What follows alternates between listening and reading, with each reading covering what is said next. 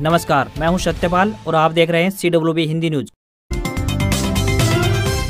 शक संवत 1946 विक्रम संवत 2081 आज श्रावण मास के शुक्ल पक्ष की पूर्णिमा तिथि और दिन सोमवार है। तदनुसार अंग्रेजी तारीख 19 अगस्त सन 2024। इसके अलावा आज रक्षाबंधन का त्योहार मनाया जाएगा। बता दें कि सोमवार यानी आज 19 अगस्त को रक्षाबंधन पर दोपहर 1:30 तक भद्रा रहेगी। इस कारण राखी बांधने का शुभ मुहूर्त की बात करें तो 1:30 बजे के बाद शुरू होगा। भद्रा खत्म होने के बाद से सूर्यास्त तक बहनें कभी भी अपने भाइयों को राखी बांध सकती हैं। सबसे पहले आज के मुख्य समाचार। हरियाणा में रक्षाबंधन पर सभी तरह की बसों में फ्री सफर कर सकेंगी महिलाएं। रोडवेज विभाग ने जारी किया आदेश। सरकारी भर्ती में अब नहीं नापी जाएगी महिलाओं की छाती, हरियाणा सरकार ने लगाई रोक। Haryana news update. हरियाणा के किसान खुश, गाय पालने के लिए सरकार देगी 30,000 रुपए, बताएंगे पूरी अपडेट। हरियाणा में कांग्रेस की टिकट लेने के लिए 3 परीक्षाओं से गुजरेंगे प्रत्याशी। सर्वे में इतनी सीटें मिलने की है संभावना। चुनावी शंखनाद के बावजूद हरियाणा पुलिस कांस्टेबल के 5,600 पदों पर निकली भर्ती। हरियाणा SSC ने दी सफाई। हरियाणा में आम आदमी पार्टी इस महीने करेगी उम्मीदवारों की घोषणा। 90 विधानसभा क्षेत्रों में 360 ब्लॉक प्रभारी नियुक्त। और दक्षिण हरियाणा के महेंद्रगढ़ में निकाला कैंडल मार्च। डॉक्टर की हत्या मामले में न्याय की मांग। बंद रहे निजी अस्पताल व मेडिकल। और अब खबरें विस्तार से। अगस्त का महीना अपनी समाप्ति की ओर बढ़ रहा है। जैसे ही यह महीना शुरू हुआ, मानसून हरियाणा पर मेहरबान नजर आई। लगातार 7 दिनों तक बारिश के बाद मौसम विभाग ने फिर से 13 जिलों में बरसात की संभावना जताई है। इस दौरान यहां हल्की से मध्यम बारिश की संभावना बनी हुई है। बता दें कि विभाग द्वारा 20 और 21 अगस्त को प्रदेश में भारी बारिश का अलर्ट पहले ही जारी कर दिया है। आंकड़ों के अनुसार बात करें तो प्रदेश के फतेहाबाद, हिसार, कैथल, करनाल, पलवल, पंचकुला और पानीपत को छोड़कर बाकी सभी जिलों में सामान्य से 42% तक अधिक बरसात देखने को मिली है। Institute of banking personal selection यानी IBPS राष्ट्रीय बैंकों में 4,000 से ज्यादा पदों पर भर्ती निकाली है। इस भर्ती के लिए उम्मीदवार वेबसाइट ibpsonline.ibps.in पर जाकर अप्लाई कर सकते हैं। प्रीलिम्स एग्जाम का आयोजन 19 और 20 अक्टूबर को होगा। एग्जाम क्लियर करने वाले उम्मीदवारों के लिए मेंस एग्जाम का आयोजन 30 नवंबर को किया जाएगा। बता दें कि किन किन बैंकों में भर्ती होगी तो Punjab National Bank, Bank of Baroda, Indian Bank, Canara Bank, Central Bank of India, Indian Overseas Bank, Punjab and Sind Bank, Union Bank of India, Bank of Maharashtra में ये भर्ती होने वाली है। एजुकेशनल क्वालिफिकेशन की बात करें तो किसी भी मान्यता प्राप्त संस्थान या यूनिवर्सिटी से ग्रेजुएशन की डिग्री होनी चाहिए। आयु सीमा उम्मीदवारों का जन्म 2 अगस्त 1994 से पहले और 1 अगस्त 2004 के बाद नहीं हुआ होना चाहिए। सैलरी 36,000 रुपए से लेकर 52,000 रुपए प्रति माह मिलेगी। हरियाणा परिवहन विभाग द्वारा रक्षाबंधन पर्व पर महिलाओं को विशेष सौगात दी गई है। रक्षाबंधन पर महिलाओं और उनके 15 साल तक के बच्चों को रविवार दोपहर 12 बजे से लेकर रोडवेज की बसों में मुफ्त यानी फ्री सफर कर सकेंगे। रोडवेज की तरफ से इस संबंध में तैयारियां पूरी कर ली गई हैं। रोडवेज 18 अगस्त को दोपहर 12 बजे से लेकर 19 अगस्त की रात 12 बजे तक यह सुविधा उपलब्ध करवाएगा। हरियाणा रोडवेज की तरफ से दिल्ली, हरियाणा और चंडीगढ़ के लिए फ्री यात्रा मान्य होगी। रक्षाबंधन को देखते हुए सभी कर्मचारियों की छुट्टियां विभाग की तरफ से रद्द कर दी गई है। रोडवेज विभाग के एक अधिकारी ने बताया कि हरियाणा सरकार द्वारा महिलाओं को रक्षाबंधन के पर्व पर राज्य परिवहन की बसों, निजी, प्राइवेट, सहकारी समितियों की बसों में फ्री यात्रा की सुविधा प्रदान की गई है। हरियाणा कर्मचारी चयन आयोग यानी HSSC के सदस्य भूपेंद्र सिंह ने सरकारी नौकरियों को लेकर एक प्रेस कॉन्फ्रेंस में सवालों के जवाब दिए। करनाल पहुंचे सदस्य ने कर्मचारी चयन आयोग की परीक्षाओं में पारदर्शिता का दावा किया है। उन्होंने कहा कि कॉमन एलिजिबिलिटी टेस्ट के तहत ग्रुप नंबर 56 और 57 की परीक्षाएं 6 जिलों में सफलतापूर्वक आयोजित करवाई गई है। उन्होंने जानकारी दी कि आयोग द्वारा अभी तक 12,000 नियुक्तियां सफलतापूर्वक पूरी कर ली गई है और 45,000 से ज्यादा भर्तियां अंडर प्रोसेस चल रही है। उन्होंने जानकारी दी कि आयोग द्वारा आगामी कुछ समय बाद 7,200 नई भर्तियों का विज्ञापन जारी किया जाएगा, जिसमें 5600 पुलिस विभाग के पद भी शामिल होंगे। हरियाणा में पशुपालकों के लिए एक अच्छी खबर है। प्रदेश के मुख्यमंत्री नायब सिंह सैनी ने पशुपालकों के लिए एक बड़ी राहत की घोषणा की है। सरकार ने प्राकृतिक खेती को बढ़ावा देने के लिए एक बड़ा कदम उठाया है। प्राकृतिक खेती को बढ़ावा देने के लिए जो भी व्यक्ति देशी गाय पालेगा उसे 30,000 रुपए सालाना अनुदान दिया जाएगा। शहर के गौशालाओं में गौवंश की संख्या के सत्यापन की जिम्मेदारी पशु चिकित्सा प्रशासक या फिर नगर निकाय के सचिव और गौशाला के प्रतिनिधियों को दी जाएगी। शहर में आवारा पशुओं को पकड़ने के लिए गौशालाओं को प्रोत्साहित किया जाएगा। मुख्यमंत्री नायब सिंह सैनी ने बड़ी घोषणा करते हुए कहा कि गौशालाओं की संपत्ति पर किसी भी तरह का कोई टैक्स नहीं लगाया जाएगा। हरियाणा सरकार ने एक सराहनीय फैसला लिया है। दरअसल अब सरकारी भर्तियों में महिलाओं की सीने का माप नहीं किया जाएगा। सरकार ने नियमों में बदलाव करते हुए फैसला लिया कि अब वन विभाग में रेंजर, डिप्टी रेंजर और बाकी पदों के लिए पीएमटी में महिलाओं की सीने की माप नहीं होगी। सरकार ने इस पुरानी शर्त को हटा दिया है। बता दें कि इससे पहले पूर्व मुख्यमंत्री मनोहर लाल खट्टर के कार्यकाल के दौरान जुलाई 2023 में हरियाणा कर्मचारी चयन आयोग द्वारा वन विभाग में भर्ती के लिए नियम जोड़ा गया था। इसके तहत महिलाओं के सीने का सामान्य आकार 74 सेंटीमीटर और फुलाए जाने पर 79 सेंटीमीटर होना निश्चित किया गया था। इसको लेकर सरकार की आलोचना हुई थी। कांग्रेस नेता रणदीप सुरजेवाला ने भी सरकार को इस बदलाव को वापस लेने की मांग की थी। अब सरकार ने वापस नियमों में संशोधन कर दिया है। अब नए नियमों के तहत महिलाओं के मामले में 74 और 79 सेंटीमीटर को नियमों से हटा दिया गया है।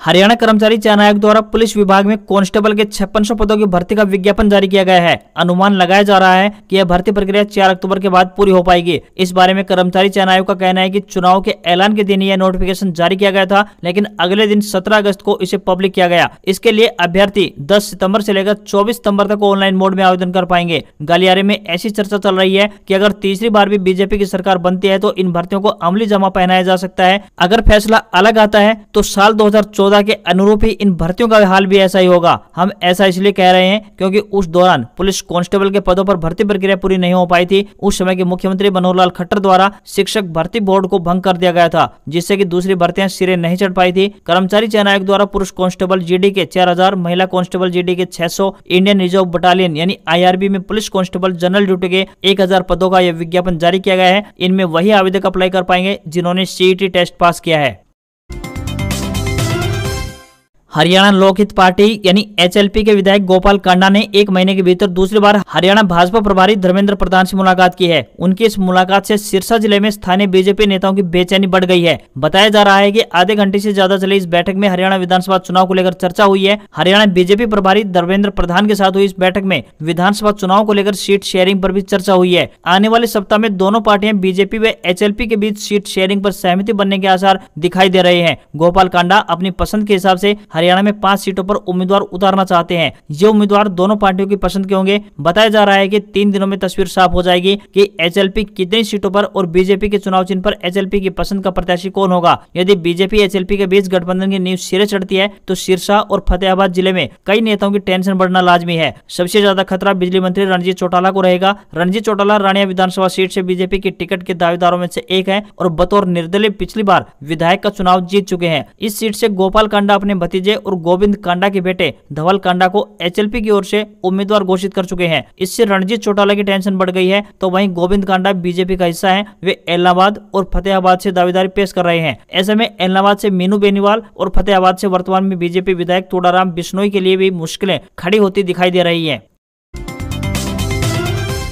लोकसभा चुनाव में 5 सीटों पर जीत दर्ज कर उत्साहित नजर आ रही कांग्रेस पार्टी अब विधानसभा चुनाव की तैयारियों को अंतिम रूप देने में जुट गई है। इस बार टिकट वितरण को लेकर कांग्रेस पार्टी ने एक नया तरीका अपनाया है। पार्टी ने तय कर लिया है कि लगातार 2 विधानसभा चुनाव में हार का मुंह देख चुके नेताओं को इस बार उम्मीदवार घोषित नहीं किया जाएगा। वहीं हुड्डा और कुमारी शैलजा के बीच सीएम की कुर्सी को लेकर चल रही लड़ाई से पार पाना कांग्रेस हाईकमान के लिए भी चुनौती बना हुआ है। इस चुनौती से निपटने के लिए हाईकमान दोनों दिग्गज नेताओं के लिए सीटों का कोटा निर्धारित करने पर भी विचार कर रहा है, परंतु इसमें किस हद तक कामयाबी मिलती है ये तो प्रत्याशियों के नाम फाइनल होने पर ही पता चलेगा। विधानसभा चुनाव के लिए प्रत्याशियों के नाम फाइनल करने के लिए कांग्रेस ने बेंगलोर की मार्केटिंग एवं मैनेजमेंट कमेटी को सर्वे का जिम्मा सौंपा है। कंपनी पहला सर्वे पूरा कर चुकी है और दूसरा सर्वे 20 अगस्त को पूरा होगा। उसके बाद तीसरे सर्वे में हर विधानसभा सीट पर 3 नाम शॉर्टलिस्ट किए जाएंगे। इसी सर्वे के आधार पर आखिर में उम्मीदवार घोषित कर दिए जाएंगे। कांग्रेस पार्टी हरियाणा सहित कई राज्यों में लोकसभा चुनाव के दौरान इस फार्मूले को पहले प्रयोग में ला चुकी है। बेंगलोर की सर्वे कंपनी ने अपनी पहली रिपोर्ट में हरियाणा में कांग्रेस को 56 से लेकर 62 सीटें जीतने का अनुमान जताया है और लोकसभा चुनाव के दौरान भी इस कंपनी ने कांग्रेस की 5 से 8 सीटों पर जीत की संभावना जताई थी और कांग्रेस पार्टी इसी रिपोर्ट और जीत की